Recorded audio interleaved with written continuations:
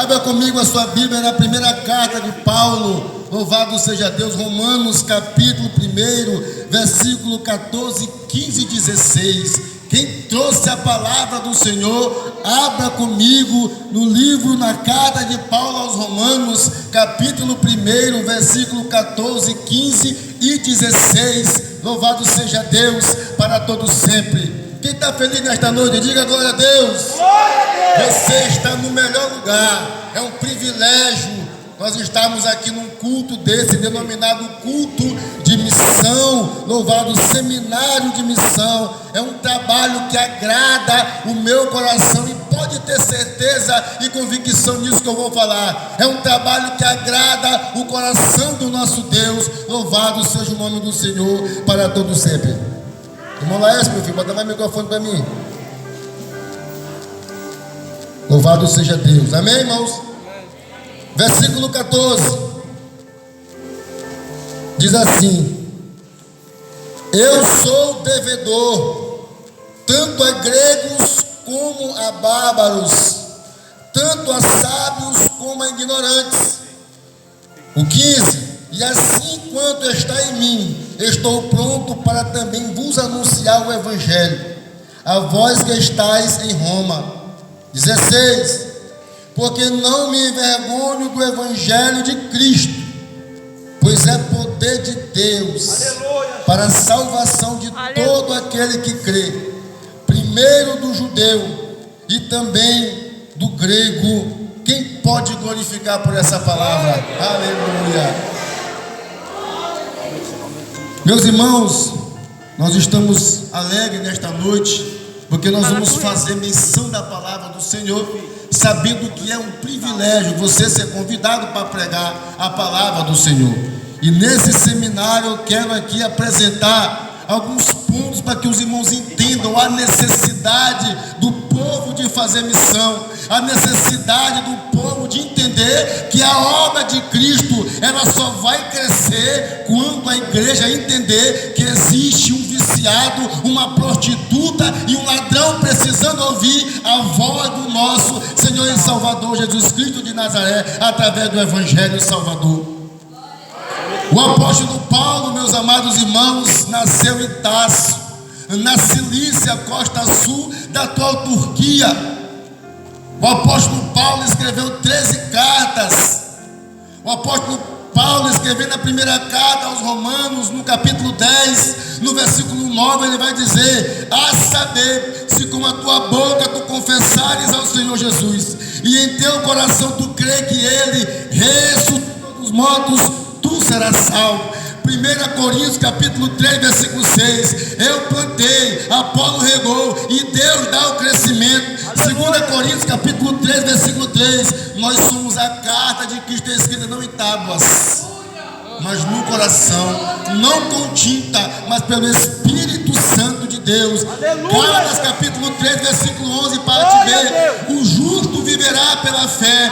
Efésios capítulo 3, versículo 20: ele é todo poderoso para fazer tudo muito mais abundantemente, além do que pedimos e pensamos, segundo o seu poder que opera em nós. Filipenses 4:13: tudo posso naquele que me fortalece. Colossenses 3:23: tudo que fizeres, faça para o Senhor de todo o coração e não para os homens, porque receberá a recompensa da herança que é Cristo Jesus, o qual nós estamos esperando. 1 Tessalonicenses capítulo 5, versículo 5, a Bíblia diz: somos filhos do dia e não da noite, somos filhos da luz e não das trevas. 2 Tessalonicenses capítulo 3, versículo 1 vai dizer: ore por nós, para que o evangelho seja propagado e glorificado. Louvado seja Deus para todo sempre. 1 Timóteo capítulo 2, versículo 5: há um só Deus e um só mediador entre Deus e os homens, Jesus Cristo homem. 2 Timóteo capítulo 4, versículo 1: conjuro-te que diante de Deus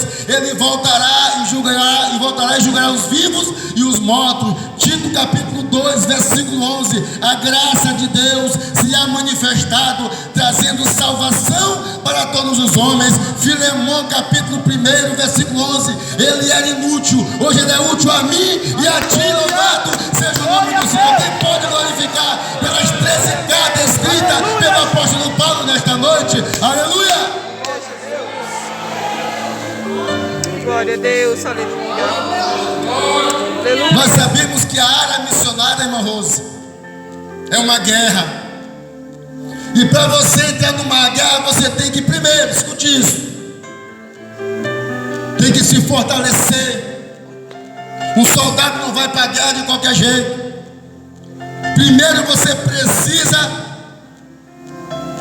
se conhecer. Você precisa ter as armaduras para lutar. E as armaduras para você lutar são armaduras espirituais. Se você for para uma guerra sem as armaduras, você vai perder. Se você for para uma guerra com as armaduras, você pode ganhar e também pode perder. Mas se você vai para uma guerra com as armaduras aí, confiando em Deus, irmão, eu tenho a certeza e a convicção que a vitória é certa. Louvado seja o nome do Senhor.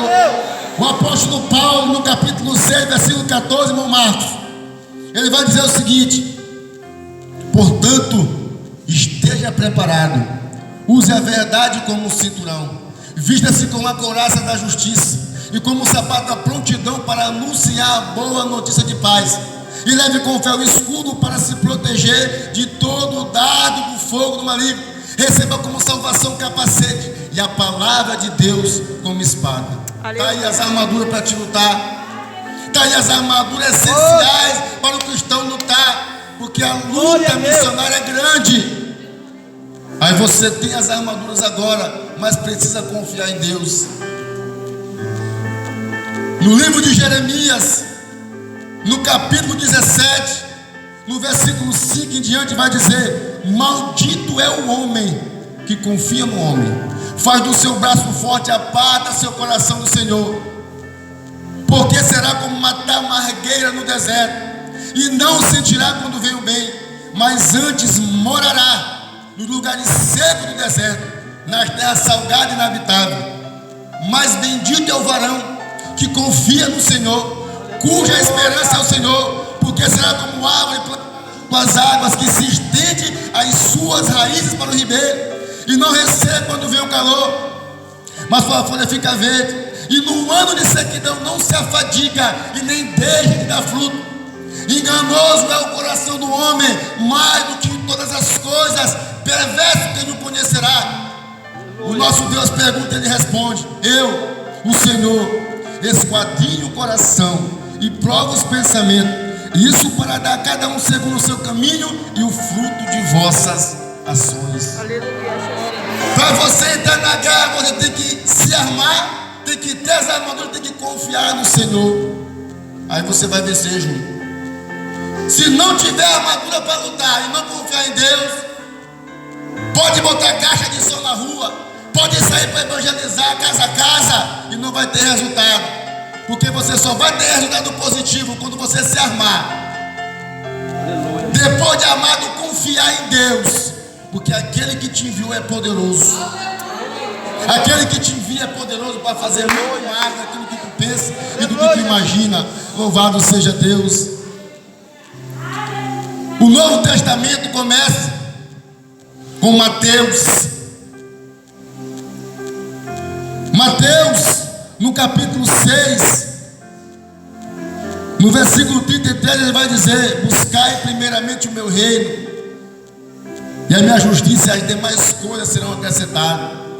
Marcos, capítulo número 16, versículo 15: ide por todo o mundo e pregai o evangelho a toda criatura. Quem crer e for batizado será salvo, quem não crer será condenado. Lucas, capítulo 10, versículo 16: quem ouve a minha palavra, a mim me ouve. Quem rejeita a minha palavra, rejeita aquele que me enviou. E quem rejeita aquele que me enviou, rejeita o meu Pai que está no céu. João 3, capítulo 30: convém que ele cresça e que eu diminua nesta noite. Louvado seja o nome do Senhor. Essa carta, irmão, que nós lemos aqui, é uma carta muito poderosa. Você vai repetir comigo. Sou devedor. Sou devedor. Mais forte. Só escutei a voz do Júnior. Sou devedor. Sou devedor. Estou pronto. Estou pronto. E não me envergonho. Não me envergonho. Olha para cá. Presta atenção nessas palavras, frases que foram ditas. Sou devedor. Estou pronto e não me envergonho. Quando o apóstolo Paulo ele cita dizendo que ele é devedor, ele declara que ele tem uma dívida. Mas essa dívida, Israel, não é uma dívida que a gente faz quando compramos uma televisão e ficamos a pagar as prestações. Não é uma dívida que você pede dinheiro emprestado para o irmão Chário, e depois você tem um prazo para pagar. Essa dívida é porque ele recebeu o evangelho de graça. Ele tem um dever de anunciar. Sou devedor porque recebi de graça e tenho o dever de pagar agora, de anunciar o evangelho salvador de Cristo. Aleluia. Aí ele vai dizer, olha para cá, estou pronto. Essa carta foi escrita, Paulo ditou a carta, Tasso escreveu a carta. Na